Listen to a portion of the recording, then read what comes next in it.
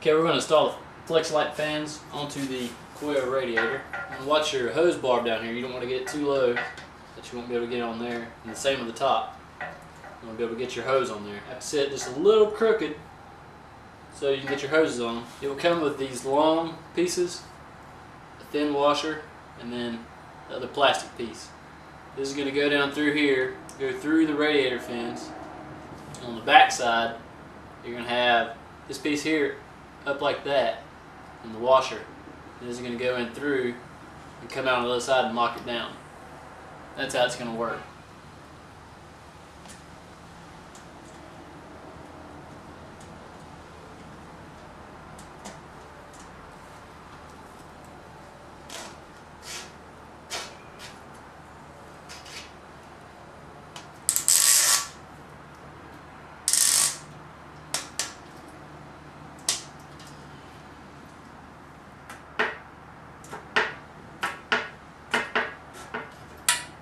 All you gotta do is take your washer, put it on there, take your other cap where it has it dips in, that goes towards the radiator.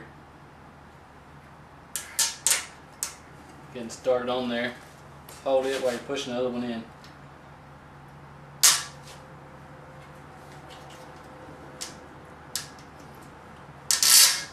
That's how you do it. You got 6 of them to do. After you get them all installed and get them all tightened up, take your wire cutters, snip them off.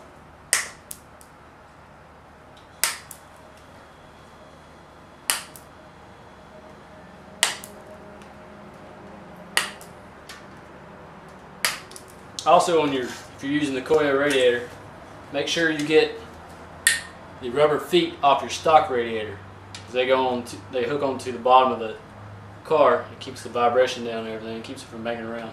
The rubber feet I was just talking about go down these holes right here, there, and there.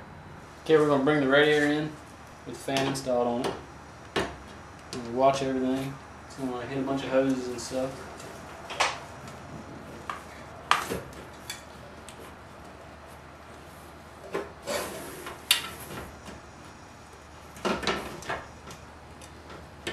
Should slide straight down. Make sure you line the rubber feet up at the bottom.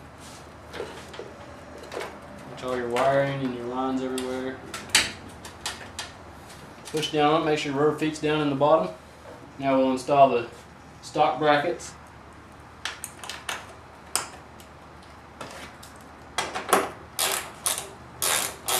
This bracket we have here is actually missing the rubber that goes inside, so the owner will have to replace that later. Go ahead and install it.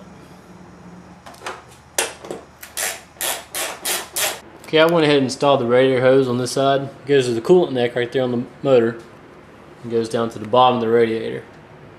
Again, put your clamps on, tighten them up. Then as far as on top here, you have the smaller, it runs from the top of the radiator to the motor. It runs underneath all the hoses and stuff I have here. We're going to use this adapter for our water temperature sensor. So we're going to have to cut this hose. So you want to bring it in and measure out about where you need to cut at. Have 2 black lines there already. Just for this right here. So that's how much hose you're going to cut off to make do for that. And then I'll clamp in on there. Okay, now we're going to go ahead and cut the hose.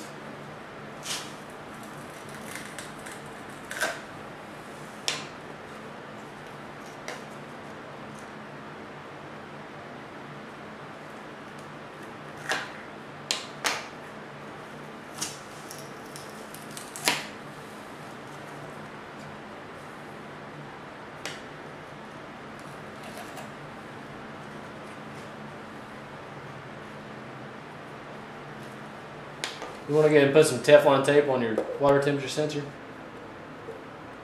or some liquid thread scent, whatever you want to use. I'm going to go ahead and install your temperature sensor into your adapter here.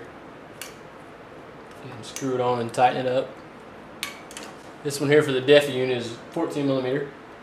As you see inside there, you can see the temperature sensor inside there now. Go ahead and piece all this together now.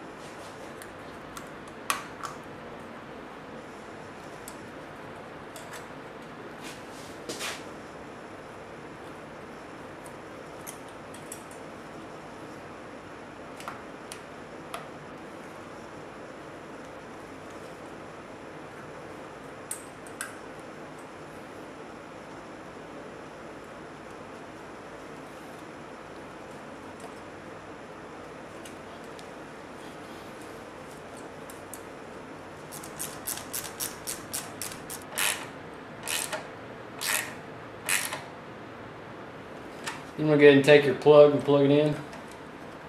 I would run it underneath the mass airflow sensor. Just keep it out of the way of everything.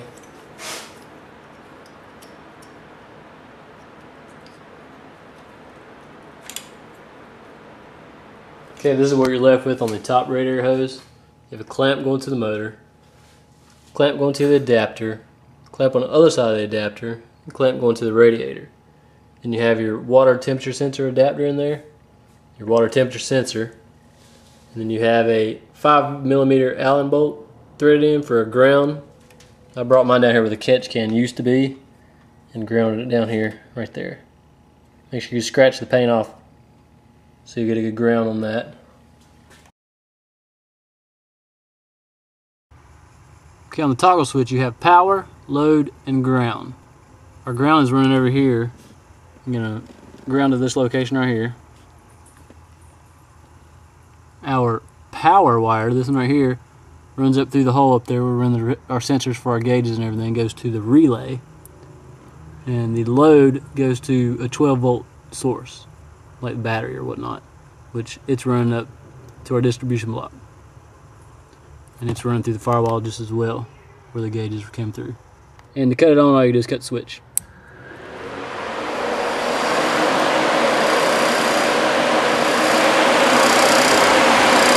We have a little bit of a rattle.